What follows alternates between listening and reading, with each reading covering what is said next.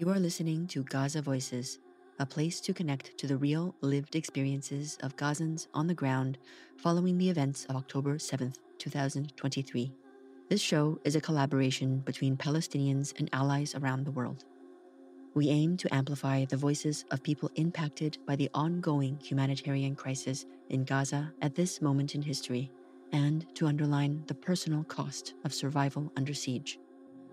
My name is Sen Jan. I'm one of the narrators for this podcast. You'll hear me and the voices of Palestinians and diverse allies as we bring in additional information over the course of this show to support the context of these voices from Gaza. Today, you'll hear Tebea Sabo in Basel speaking with 22-year-old Deema Jad, originally from Gaza City, now in Cairo. Deema reflects on her memories of home before October 7th, 2023. She speaks of what it means to be forcibly uprooted from that home and the painful loss of belonging, safety, and connection that displacement brings. It's a sentiment shared by almost all Palestinians from Gaza right now, and by the nearly 7 million Palestinian refugees scattered around the world. This interview took place on May 2nd, 2024. By the time this episode is released in December 2024, it will have been over half a year since Tebea and Deema spoke, and more than a year since the start of this current war. At the beginning of November 2024, Israel officially acknowledged it is systematically removing Palestinians from Gaza, and that there is no intention of allowing the residents to return to their homes. Human Rights Watch has accused Israel of the war crime of forced displacement and has stated that its actions appear to meet the definition of ethnic cleansing. We begin with Deema sharing a glimpse into daily life before October 7th, 2023.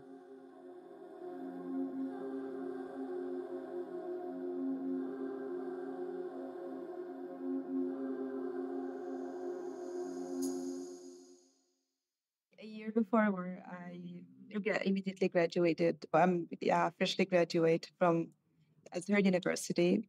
And as a freshly graduate person who just wants to have a fine job, who wants to, to fly in that way.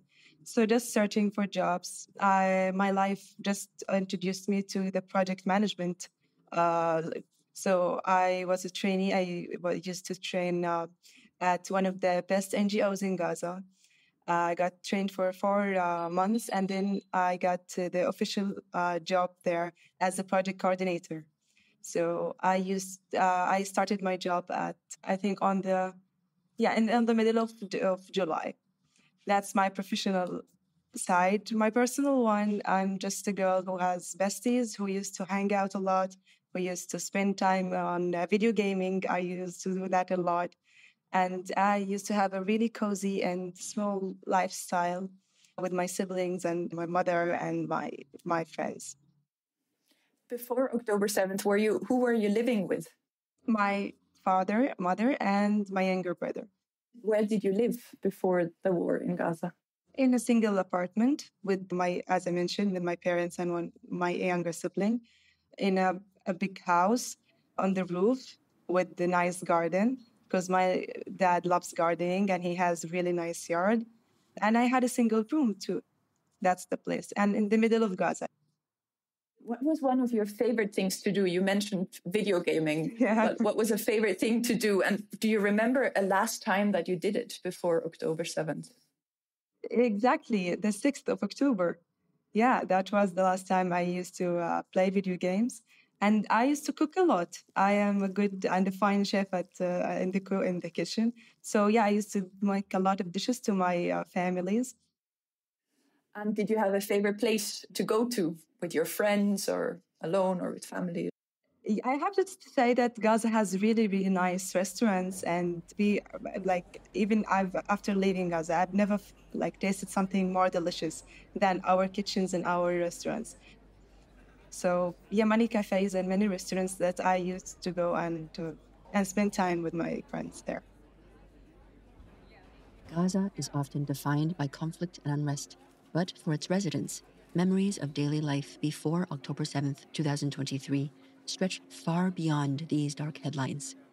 For this close-knit community, the seaside enclave offers a strong sense of home, culture, and belonging. Every individual holds onto unique aspects of life connecting them to home, and Gaza has plenty to hold on to.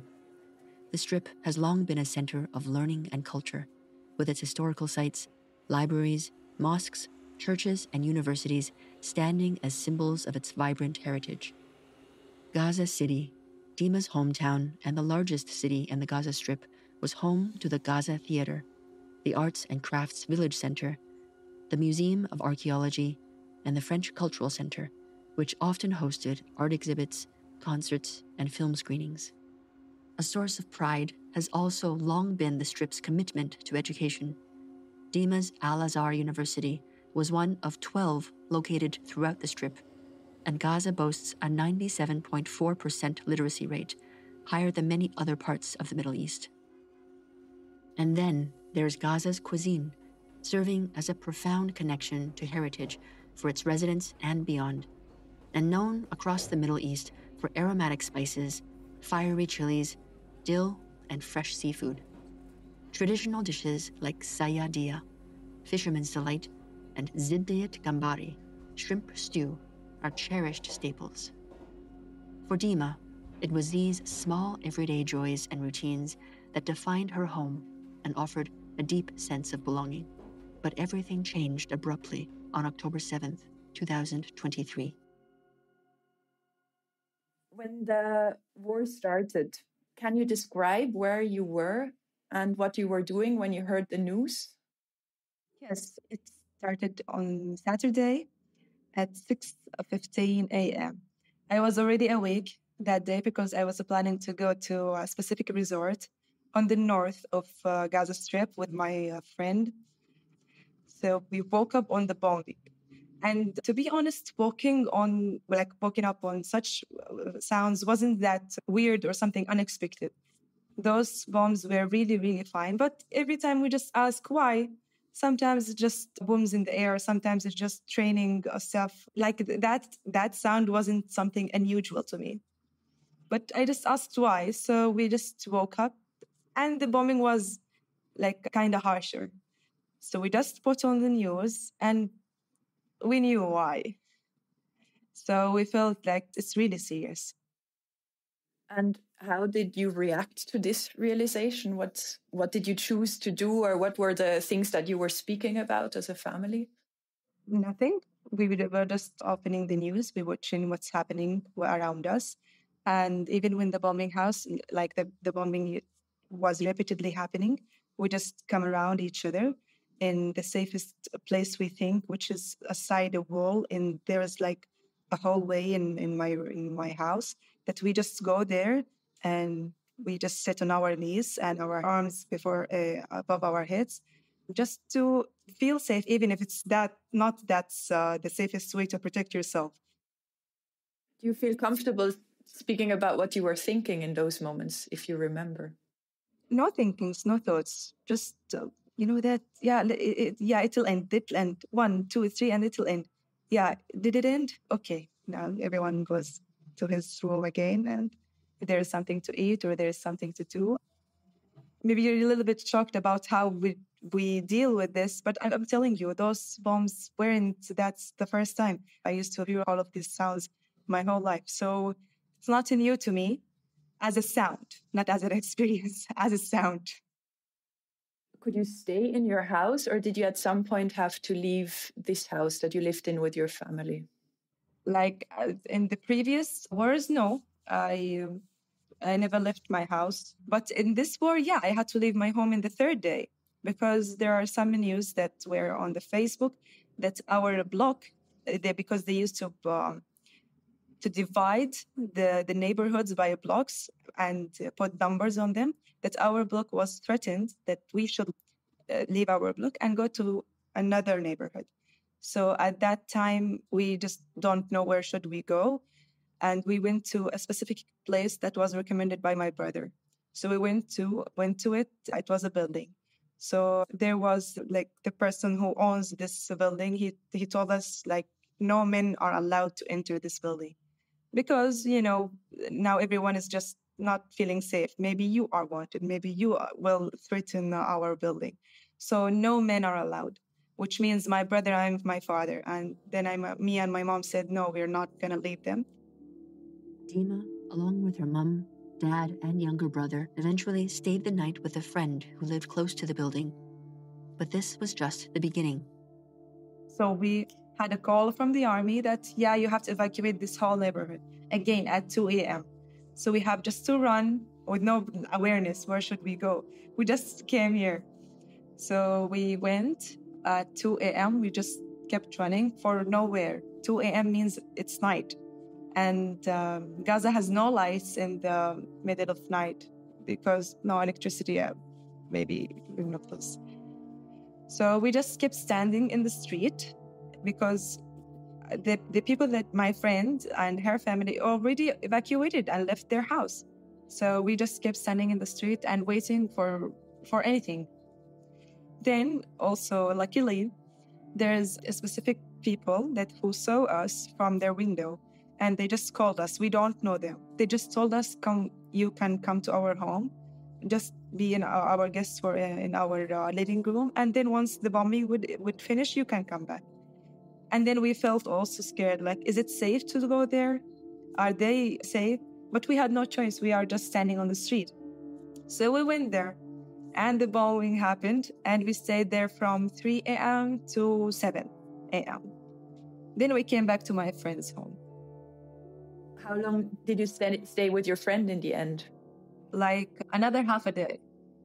Like almost another half a day, because, yeah, we felt they just starting saying that this block is threatened one more time. So we had to leave it. So we left to a place that it was organized by my father's friend.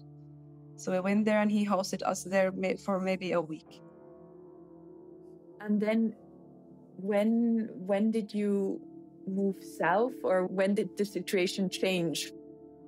In the last week, we stayed at this place that was organized by my dad's friend.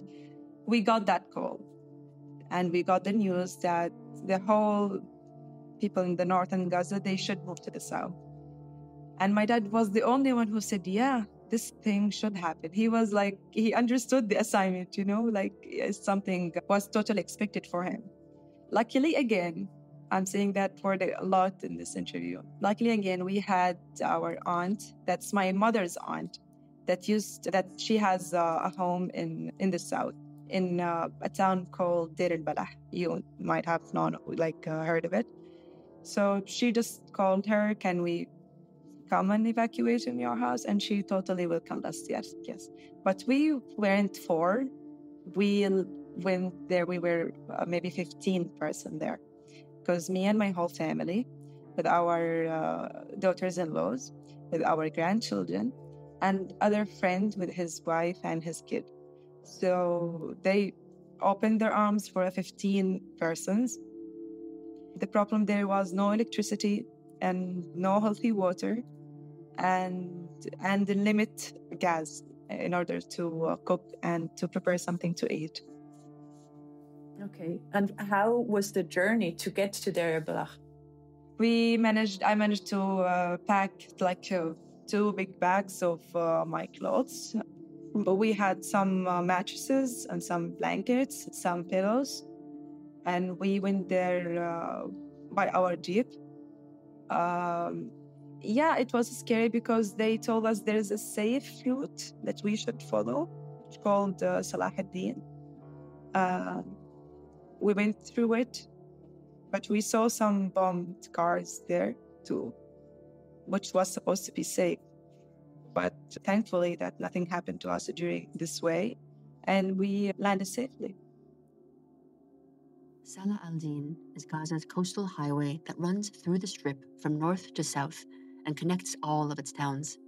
On October 13th, 2023, Israel's military delivered sweeping evacuation orders for almost half of Gaza's 2.3 million people, telling everyone north of Wadi Gaza to move south within 24 hours. The route became overwhelmed with thousands of families fleeing home, including Deema's. They had packed whatever belongings they could gather, locked their doors behind them, and drove or walked along this route from north to south to cities from Deir al-Balah, continuing down to Khan Yunis and Rafah in the far south. It took Deema only 40 minutes to get from Gaza City to Deir al-Balah, but each minute held the difference between life and death. Despite being designated a safe zone for fleeing families, a civilian convoy along the route was bombed on October 13th, 2023, resulting in the deaths of around 70 people, including women and children. By the time Deema reached Deir al-Balah, she was among hundreds of thousands seeking refuge in the south. Her aunt's home quickly filled with around 40 people, including Deema's immediate and extended family members. And the sleeping situation, I guess you were sharing rooms with a lot of people then, probably.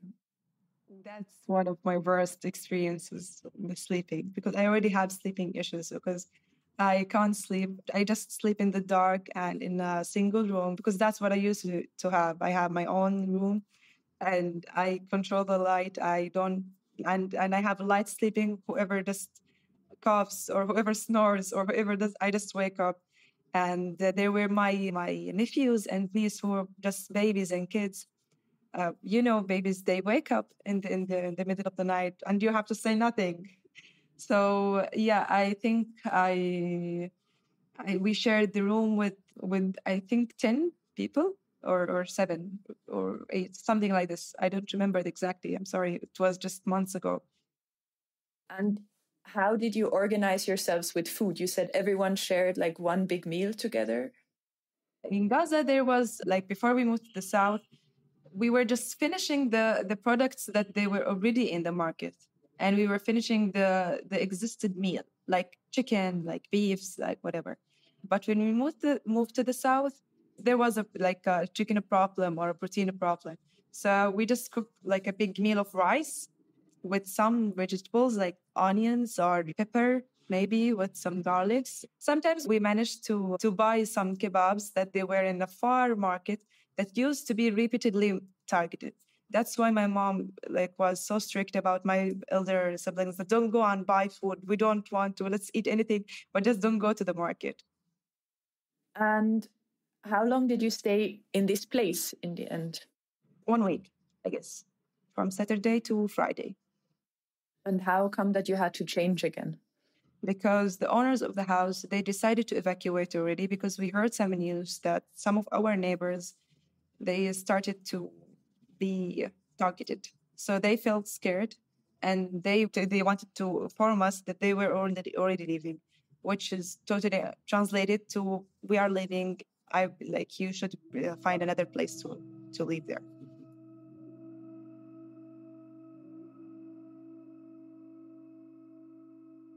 Civilians had been repeatedly told by Israel to evacuate.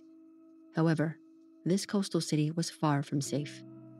A day after evacuation orders on October 18th, 2023, a series of airstrikes in Deir al-Balah buried around 20 women and children. Many of those killed had, like Deema, fled central Gaza and were staying with relatives in Deir al-Balah. Witnesses said there was no warning before the strike.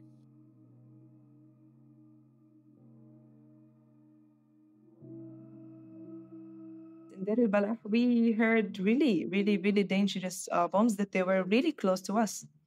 It happened really a couple of times that we saved by God's miracle. I remember that time when I was praying and I was just standing next to the window and I was just standing and doing my prayers. And then all I could see in the middle of the day that it wasn't night, all I can see just a huge red light that coming out of the window. And I heard the currents, the currents there are just falling on the heads of my nephews and other kids. And I just screamed and just fall over the road, the floor, I mean. And we were just this screaming of the whole girls, and because we were scared. So I remember that time, and we realized that even the south wasn't safe as it was reported, or it was claimed. So that was one time. But we maybe heard that 3 or 4 times during this week. 1 week we heard, and survived 3 or 4 times. There was another time there was a bombing that it broke the internal glass in the house. That there was a door in the house that has, it's like a walking door that it has some glasses. So my mom was sitting near to this door. She just wanted to go to talk to my father, and she just left this chair. Seriously, 1 minute after she left the chair, the whole glasses after the bomb, it was targeted this chair. And I was like, yeah, God is there. God is here. And after you left Deir el-Balah, which was supposed to be safe, but turned out not to be safe either, where did you and your family decide to go? We came back to our home. We took the risk and we came back to Gaza again because we had no place to go. We have no relatives in Rafah. We have nothing, and we know nothing in the south. So we just decided to go to Gaza. We reached our home, and then we had that fake call. It wasn't from the army itself. It wasn't from the IDF. It was from, I don't know who just called my father. Hello, hi, are you 123? And he's like, yes. Who are you? Yeah, you have to leave this house. And my dad asked why. And he told him, because your house is threatened. And he was like, do you know who I am?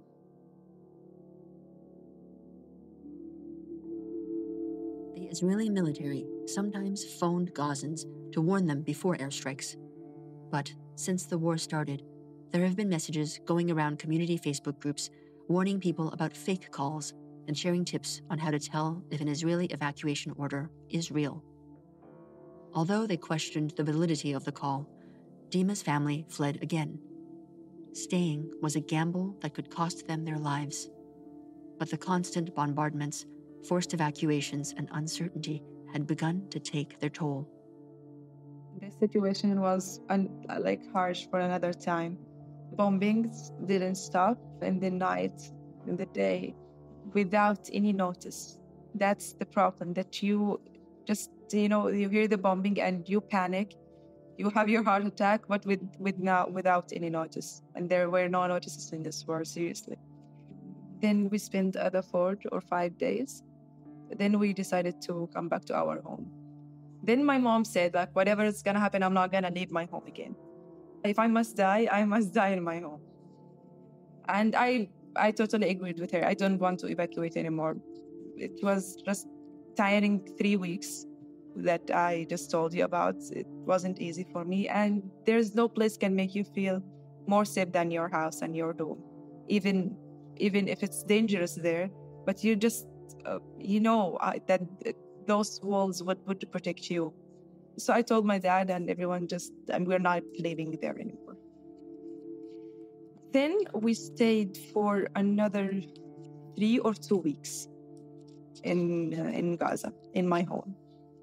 Those, we could say, the worst 3 weeks in my life, and the best ones too. I would say this because I discovered myself again and never heard such noises and bombs and screams and such experiences that I lived during those 3 weeks. You know how to live your life, and you have to act fine because you are in pain, but you cannot go to your brother and just open your heart to him because he's living the same pain, and your dad is living the same pain, and your mother's living the same pain. So we all understand each other, but no one can afford, or no one can listen to the other. Like, we are all in the same situation. Whenever we hear that there are some news that there is an upcoming bombing or there is something happening around us, we just go to the basement. We spend the nights in the basement, just feeling that it might be safer.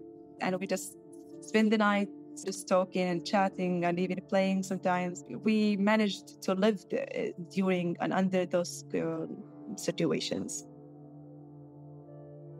How do you think you were psychologically in this time? Like, what were your feelings, your thoughts? Do you remember? I remember myself in that specific night. We were just watching the news, and our building was in the middle of this block, and there were specific bombs around the building that you can see in the news itself. So, like an airstrike after one, an airstrike after one, non-stop, for at least 5 or 6 hours at night. Non-stop means that you can't sleep, you can't think, and you have just to stay still, holding your blanket, and you're doing nothing. I remember that night that I wasn't able to sleep, not because I was awake, it was because I'm afraid. And I had no place, no physical place, I had no emotional place to go in order to tell and express how I feel. I'm really scared. And I thought that I'm stronger than this. But sometimes I felt, no, Deema, you're still a baby. That's a lot of things I used to say to myself. But no one was strong, and no one should be ashamed of crying in front of others. Whoever wants to cry, whoever wants to scream, whoever wants to do it, please let them do this. So that night that I felt, I still remember it really, really very clearly. Just you hear your own heartbeat, non-stop heartbeat. So after me being in our house at the beginning of November, maybe the 5th or 6th of November, our brother just informed us that he managed to rent a place in Rafah, which is the southest town in the south. So we discussed the idea. Me and my mom weren't excited to the idea. Like, what should we do there? We know nothing there, and no one there. Why should we leave? At this point, Deema had lived through almost a month of incessant aerial bombardments, dwindling resources, and non-stop evacuation orders. Israeli officials had deemed Deema's home of Gaza City as Hamas's center of gravity, and the IDF were on the cusp of a ground invasion. By November 3rd, 2023, the Israeli military had completely encircled Gaza City, severing the territory into two. A siege within a siege, as described by Oxfam, with civilians desperately deprived of essentials to survival, including food, water, fuel, medicines, and other aid. On November 7th, 2023, Israeli forces reopened Salah al-Din Street and announced a daily 4-hour window for evacuations. Deema joined 50,000 Palestinians on the journey from Gaza City to Rafah, just 36 kilometers away. The route can take an hour by car or up to 8 hours on foot. Some used donkey carts, but most walked, leaving behind everything they knew in hopes of finding safety. But many others couldn't leave. Some were too old, too sick, or had family to care for. Others stayed because they were afraid of being attacked on the road, or because there was simply nowhere left for them to go in the overcrowded South.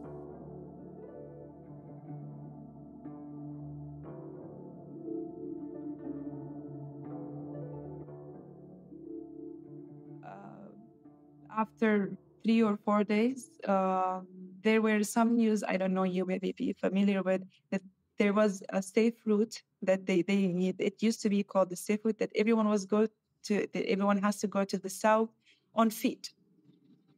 So me, my dad, my mom, my brother, and my younger nephew, his dad, who's my brother, he told us, just go and have my son with you.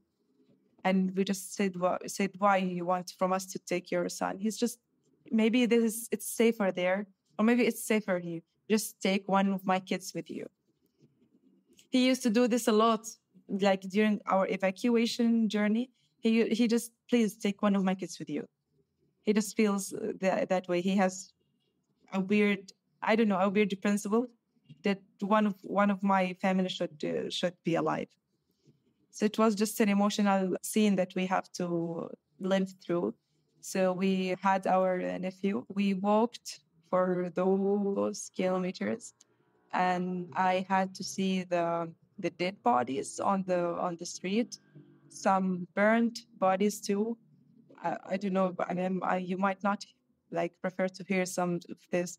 I saw a separate leg on the street, separate arm, some skeletons, I would say. We just saw them through this long way. And you'll see the idea of themselves, the soldiers, and you'll see the the military tanks, you'll see the projectiles, you'll see everything during your war. And you mentioned that the IDF was on the way. Was this for you the first time to see the IDF? Exactly. That's the first time that's the first time to enter this whole distance and come in such a highway street in Gaza. So it was like my dad just said, never look at them and never give any weird reaction if you saw them. Just keep walking, whatever they do. And what did you do with Didi? You just talked about all the horrible things you had to see on this road. I just did this to him, and I just closed his eyes, and I used to talk with him a lot, and he's a talkative boy. I was just, what should we do when we reach? What do you want for me to cook for you? And I'm a close aunt to him. He doesn't even call me aunt. He calls me by my name, and he knows my nicknames. So I carried him for a while. But like after maybe 2 or 3 hours of this walking time, he just started to feel tired. Please carry me. I want to come back home. And he just pulled my hand like, no, I don't want to go this way. I want to come back there. So until we reached the car, when we reached the car, he just stayed in my arms and he just slept on my shoulders. And we reached that place that my brother managed to provide it to us. So we went there. Then my other family members, they managed to come the same way with each other, but the next day, like my uncle and his whole family and my other siblings, they managed to come, but in a different. So we were just the experimental mouse. How do you say it? We just experienced this, and we just told them, you have to do whatever it takes to reach there. And then the next day, his father, so your brother, joined as well. Yeah, luckily, they could. And then you arrived in Rafah, in the place that you rented. How many people were you staying with there? Almost 20. So mostly family members? Yeah, all of us are family members who were grown up together. So no one was strange. You mentioned also that your friend is stuck in Gaza, and now this fiance of your cousin. Can you explain, for someone who doesn't know anything, how come that some people, they are stuck, they cannot go to the south? Some people they are stuck, and some people they don't want to go. As me and my mother first decided that where should we go? There's no place there, and the rents, I'm not gonna hide, the rents prices are too high, and not everyone is able to pay. Specifically after we were unemployed. But luckily, I have my parents who can afford some stuff. But imagine if someone who's a great provider to his family, and or people who work by daily works and daily fees, I would say a lot of like builders and people who work in restaurants, they don't have a monthly income. They do have just a daily one. So imagine everything is stopped. So a lot of families, they just cannot afford living in Rafah. And even if they want to buy a tent, the tent was too expensive. At the same time, it was, some tents are $1,000 and some were $200. By December, the unemployment rate in Gaza had shot up to a staggering 79.3%, leaving many families without any source of income. And with tents costing between $50 to $250, hundreds of thousands seeking shelter and refuge were left in a desperate situation, unable to afford the bare essentials for survival. Many of those arriving in Rafah, like Deema, had experienced repeated displacements before reaching this tiny corner by the Egyptian border. Rafah represented the last place of refuge they could go, though refuge is a loose term in this context. Thousands had fled to the southernmost city of the Gaza Strip, swelling the once small population of around 200,000 to over 1 million. According to a report from the UN Humanitarian Office, most of those displaced in Rafah were living on the streets due to a severe shortage of tents. They were exposed to the harsh winter weather with barely any access to water, food, or hygiene facilities. Even for those fortunate enough to find shelter, the dire shortage of food, water, and aid left everyone trapped in a shared state of fear and anxiety. So you arrived around the middle of November, I guess, in Rafah. The 9th of November. That's the exact date, the 9th of November. And were you able to stay in this place that you rented until you had the opportunity to leave Gaza? I stayed in this place till the 12th of February because the owner of this place just decided to higher the price, and he just said that I don't want to rent individuals like normal families. He just want to give it to organizations, international organizations, INGOs like the ICRC and the U and everything. So we left it and we went to two different places. We were just shattered. I went with my mom and my father and my younger sister-in-law with her kids to another place, and my other family to a near place. It's in the same neighborhood, like you can go by walk, but yeah, we were in two different places. What was the living situation and life like for you? The living situation was hard because there was no gas. So we just make our food and everything on fire. There were no markets and there was just nothing. Even if you want to go to the market, you go to another targeted area because the market was far away from that place. So the same situation happened. Like my mom, no, don't go there. We don't need anything. It's targeted. Did you go out a lot, or where did you spend your time? I prefer to not go anywhere outside of this house. I'm not interested in the city, which is Rafah. I'm not interested in witnessing anything there. The sea was already close to me, but I was more interested to watch it. Rafah and the south turned me to an emotionless body. Seriously, I had no emotions there. I've never felt happy or sad. I've never felt guilty or even missing. I have no feelings. I had no feelings that time. Sometimes being emotionless and not feeling anything, it's something good in order to survive, in order to live your own life. I remember the day that I heard about my aunt and her two sons, like her daughter and son and her own grandchildren, who were bombed and killed in the same building where they evacuating in. I like received the news and I was like, it was in Ramadan already. I didn't cry. Nothing happened inside me. I just felt sorry for my dad and I just went to him and just to make everything easy to him. But I seriously felt nothing. I'm not gonna hide this. I don't know if it's right or if it's wrong. Nothing right and nothing wrong. I don't know if this thing is understandable. But seriously, we just try to make my father feel fine because it was his own sister and their own nephews and niece and other grandchildren. But I'm talking about myself. I felt nothing. It sounds like this loss and all of the experience is so beyond anything that a human can deal with, right? Too much. Maybe if it once happened in 1 month, but you just are loading the pressure and you're loading the sadness, you're loading everything, and you're keeping them for another day, like you keep delaying your own sadness, you delay your own tears.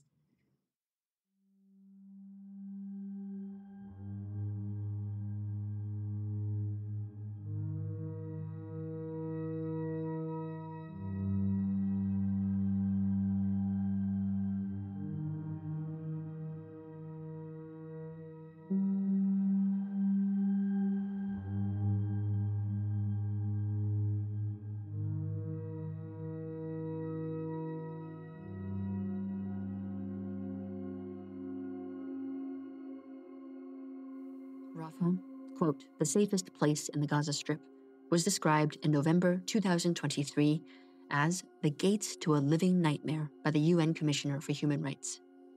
Daily life was defined by severe shortages, overcrowding, and dire living conditions, along with Israeli air attacks killing around 100 people a day. The looming threat of an Israeli ground invasion hung heavy over the city. With nowhere left to flee, the Norwegian Refugee Council warned Rafah could turn into a zone of bloodshed and destruction. Crammed into the southernmost tip of Gaza, the next place of refuge for many was across the border into Egypt. When did leaving Gaza first became a possibility or an option for you and your family? It started talking about leaving Gaza, started maybe in February. What should we do? Okay, how should we leave? We are 13 members.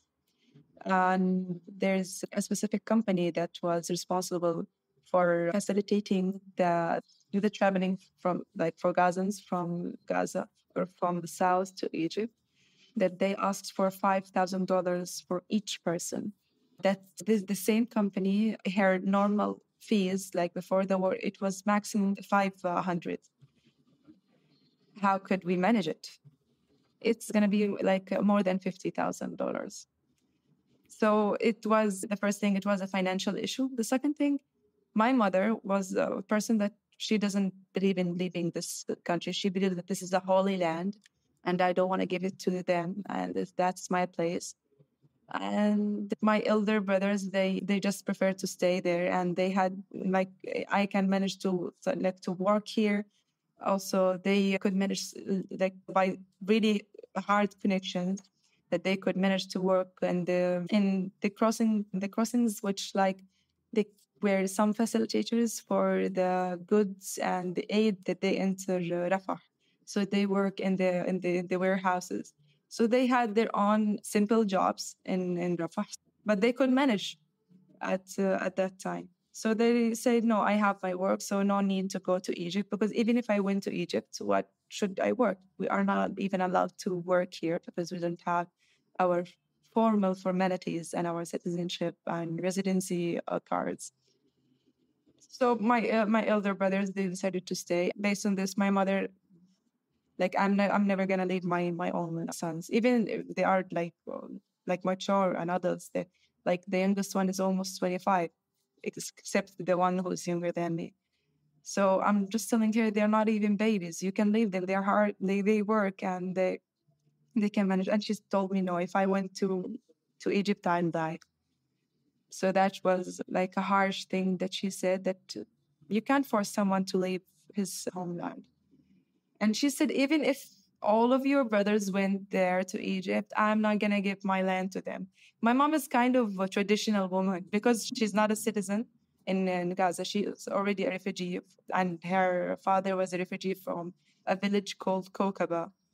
So she knows the meaning of immigration, and she doesn't feel like doing that again. So we just respected her own decision, which is really hurtful for me. Memories of the 1948 Nakba continue to weigh heavily on the minds and hearts of Palestinian refugees and their descendants. The ethnic cleansing of Palestinians through the violent displacement and dispossession of land by Israel led to millions of Palestinian refugees across the world, and more than 80% of Gaza's population are made up of Nakba refugees and their descendants. Deema's mother's village, Kaukaba, was part of Mandatory Palestine within Gaza's subdistricts. On May 13, 1948, during the Nakba, Zionist military forces forcibly displaced the entire population of Kaukaba. Given this history, it's no surprise that the mass displacement since October 7, 2023, has evoked memories of the 1948 ethnic cleansing. For many, particularly among the older generation, like Deema's mother, there is a determined will to remain on their land and resist a repeat of history. But thousands of others, with this history in mind, were still forced to make the heart-wrenching decision to leave their homes once again. Me and my dad was the two people who was able to make this decision and travel. And we made this financial thing by my brother, who managed to. He had his own savings from his work, and he was ready to give them to us. About $10,000, me and my dad. How did you get to know that you will be able to leave? So it's the company that you go and you pay and you just register your names. That my brother already did that. So you just wait a month. And during this month, they post a daily list for at least 300 names from people who pay those register fees in order to travel. So you just keep following the list and check your name. But you already expect because you know that it's going to be a month. By April 2024, Deema had been in Rafah for 5 months. A few weeks later, on May 6, 2024, Israel's ground invasion would become a reality, triggering an exodus of around 1 million Palestinians out of the city of Rafah. I had nothing to pack. I had just one. I have nothing to pack already. The same bag I came from Gaza. It's still the same bag that I moved to Rafah. I just managed to buy maybe one pajama, and I stolen my brother's hoodie. I just had it and wore it, and yeah, nothing. I have just maybe two blouses and one pant. And my elder brother, he gave me his laptop that I'm already talking with you about it. He told me just go and have it. You might need it because I lost my laptop during the evacuation. And how did you feel in these last moments in Gaza, where I assume you had to say goodbye to your mom, to your brothers, to Didi? As I mentioned, as I mentioned, I was an emotionless body in Rafah, except that day for sure. Once I read my name in the list, I felt that's the ugliest name in the world. Like I don't want to read my name in this list, even if it's a good sign to travel, maybe to live some good days. But I haven't felt that my name is just. I don't want to look at my name in this list. I just went to my mom and I kept crying in her hands and in her arms. I don't want to leave you. You have to come with me. And she's, you know, yeah, I'll catch you later. And you have to take care of yourself and you have to take care of your dad. Please be safe. Don't do anything that will make you and put you in danger. And I don't like the goodbye moments. I think I'll go through the same process, just saying goodbye to everyone, and maybe I'll cry, but not that way. I feel that I'm forced to leave. I feel that maybe this could be our last goodbye, and maybe I won't be able to see you again. And when should I see you again if you decided that you don't want to come to Egypt and I'm not even allowed to come back to Gaza? So I knew it. It's gonna be long. It's gonna be a long time. That's why I cried, not because I'm leaving her. I knew that my whole siblings will be with her. I was crying because I know I'm not gonna see her in a soon time. When you crossed the border, what did you think? Like in the first moments that you entered Egypt, do you remember like how you felt and what your thoughts were in this moment?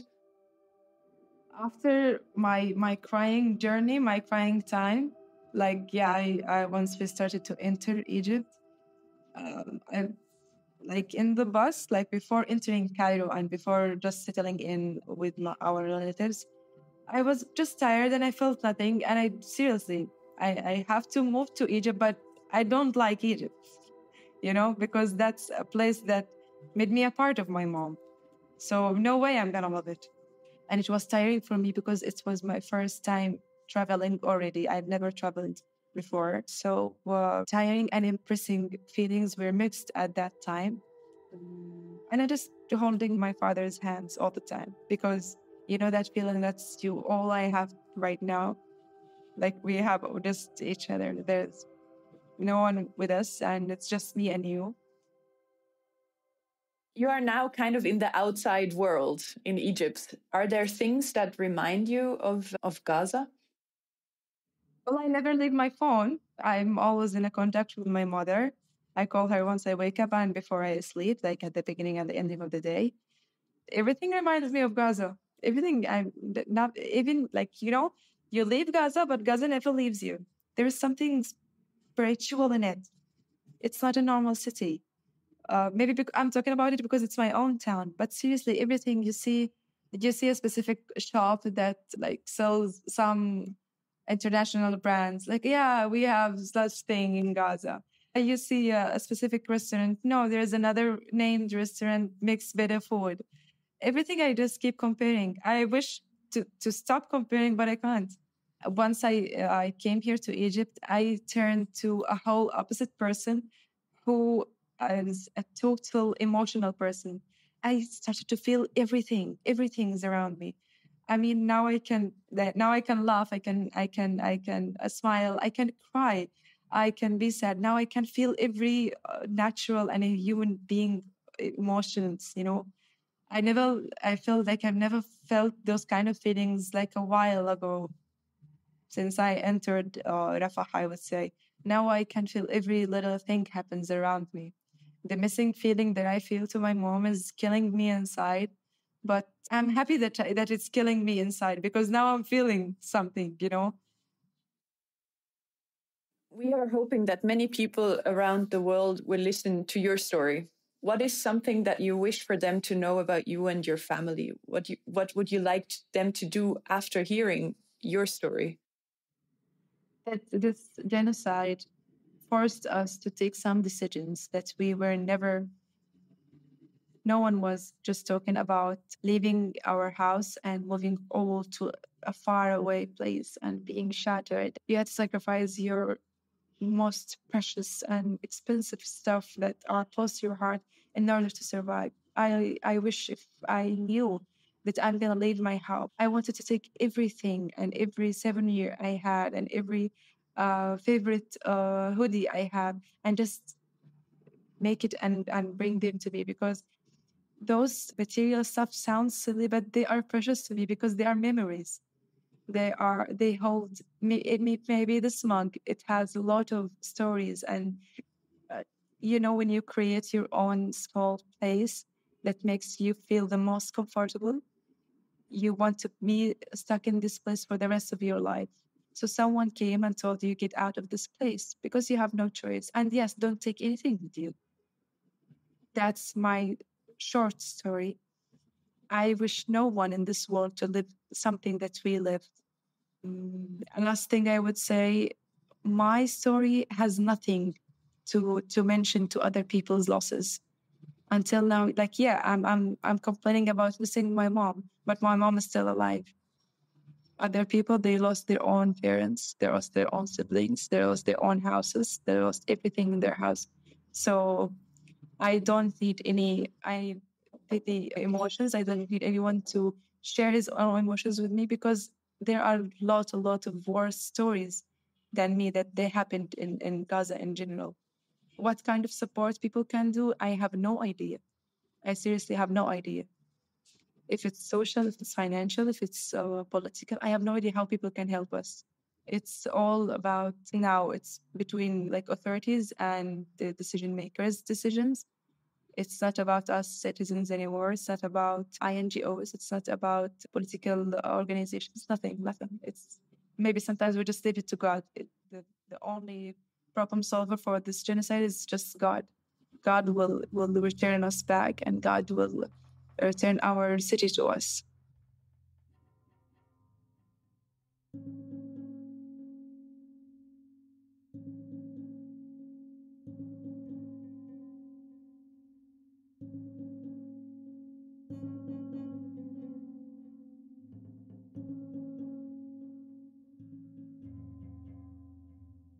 At the time of this interview, Deema and her father were living in Cairo with her aunt. She was still trying to convince her mother to leave Gaza and join them. Deema was to start a summer program at Georgetown University in the United States, but this has been deferred for unknown reasons. At the time of this recording in November 2024, more than 43,700 Palestinians have officially been recorded killed in Gaza, and 1.9 million are displaced. Since our last episode on October 7th, 2024, the northern part of Gaza has been gripped by catastrophic levels of starvation, as no humanitarian aid has been able to enter the area for over a month due to the ongoing Israeli siege. The humanitarian crisis has deepened with forced removal of residents, leading to thousands of people fleeing the northern region in search of safety and basic necessities.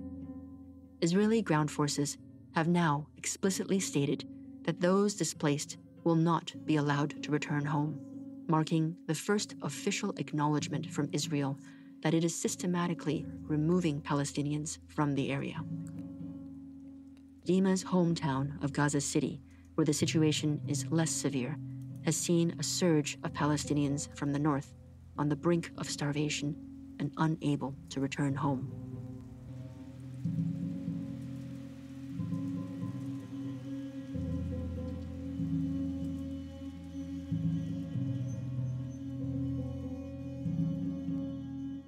Since April of this year, the team at Gaza Voices has worked hard to bring these deeply personal stories of survival and resilience to you.